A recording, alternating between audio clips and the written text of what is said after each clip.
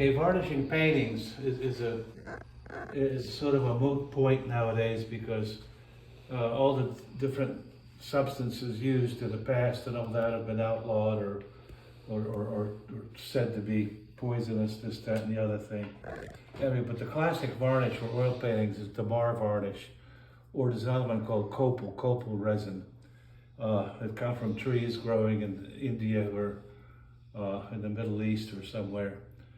And the resins are diluted with turpentine, made into this sort of wonderful unctual fluid.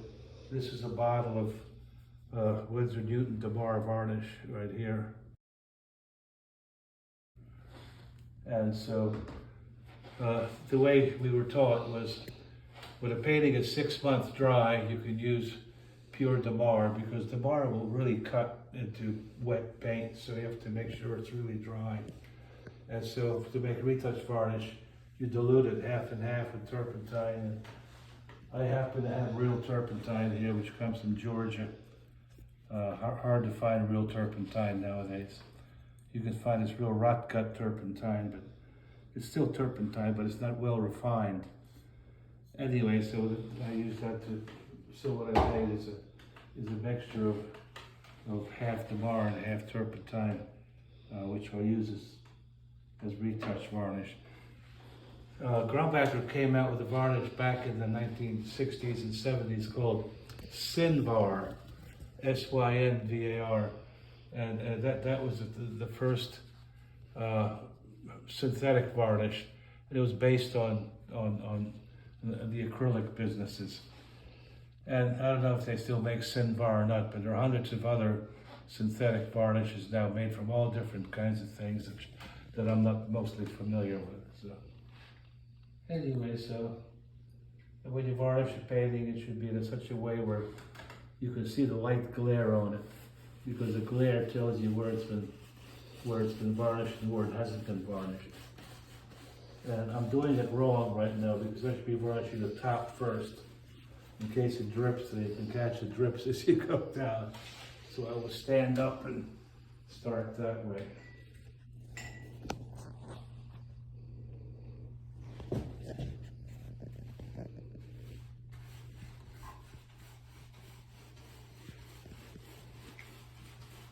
I'm going to go to the half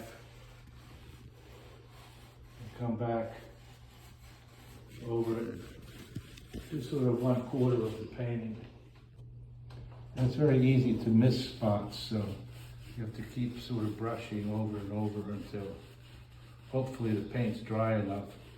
Sometimes you hit a spot of a lighter color, like a white that hasn't dried enough to let it smear. And that's what you want to avoid at all costs. So make sure you wait long enough before you varnish a painting. This all seems to be all right so far.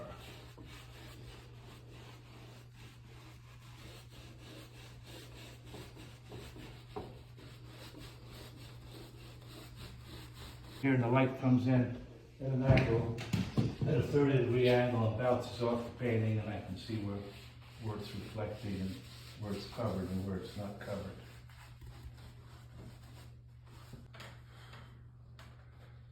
When you're not sure about how dry something is, like the things that dry the slowest are the light colors, the whites.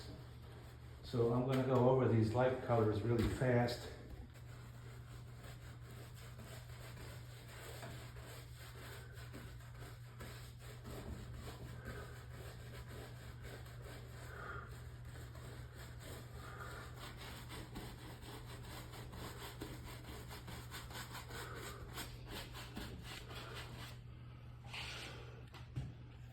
This looks like a dry spot here.